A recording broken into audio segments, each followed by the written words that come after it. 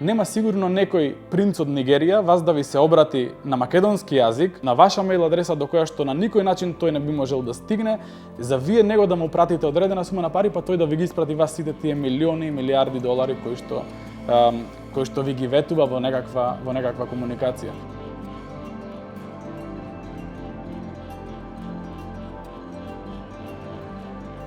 Сметам дека јас самата доволно знам како да се заштитам во онлайн просторот, но иако го сметав тоа, сватив дека многу лесно ќе западнев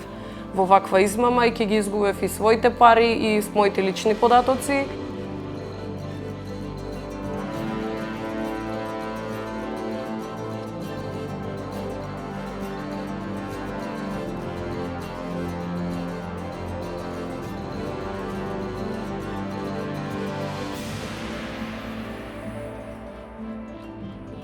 За самиот наводен договор кој ќе требаше јас да го потпишам, ќе требаше да ги дадам сите мои лични податоци, име, презиме, матичен број, трансакцијска сметка, а и самите тие 40 евра првобитно може би ловеа на помали суми, па тие 40 евра би биле она со кое тие би биле задоволни, но не можам да знам, сепак сметам дека е добра одлука што одлучив да не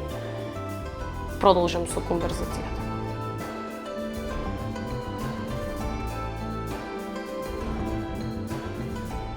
Оваа кампања беше за мене толку битна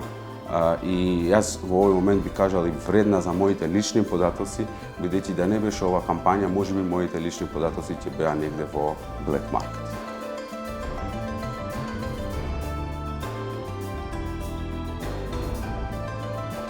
Нашите лични податоци може да завршуваат толку длабоко, на што односно може да бидеме пак под наводници некои извршители на некое кривично дело, а ние за тоа немаме никаква врска. Потоа нашите лични податоци, односно кои се хакирани више од страна на овие професионалните лица, тие се продаваат на црниот пазар. Односно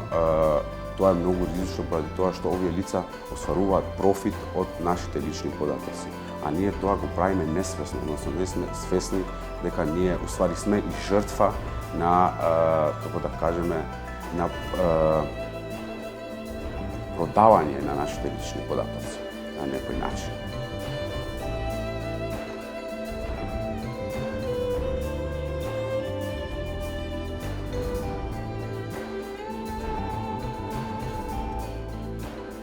Оно што првично треба да ни биде нас како првична бариера е се што е премногу добро не може да биде вистинито. Секое ветување за дури и за помала сума на пари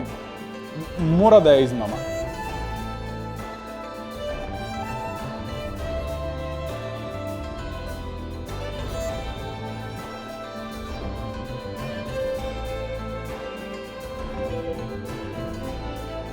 А она што би требало превентивно да се направи во ситуациите кога станува збор за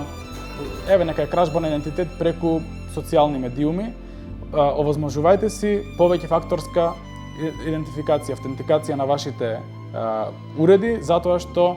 немајте само, корисничко име и лозинка, телефонот можеби нема да имате пин или лозинка за отклучување на самиот телефон. Го усложниме процесот на оној кој сака да има пристап и да ги злоупотребува нашите податоци.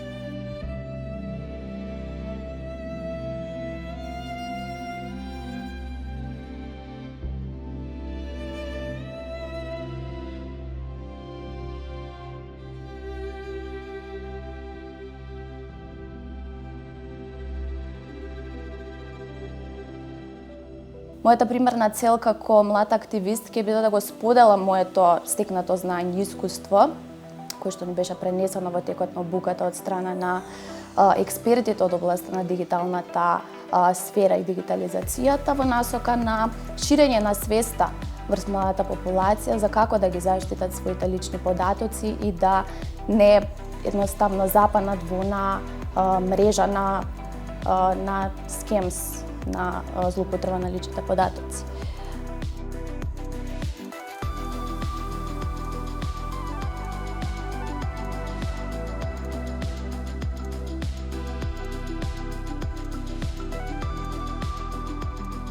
Ќе очекуваме во текот на кампањата да се вклучуваат и други млади луѓе кои што ќе ги споделуваат своите искуства со цел да се превенираат слични злоупотреби во иднина. Младите активисти се спремни, подготвени да дадат одговор на нивните прашања, да ги упатат доколку има потреба, но и да им дадат совет како се заштитат во конкретни случаи на повреда на приватноста на интернет.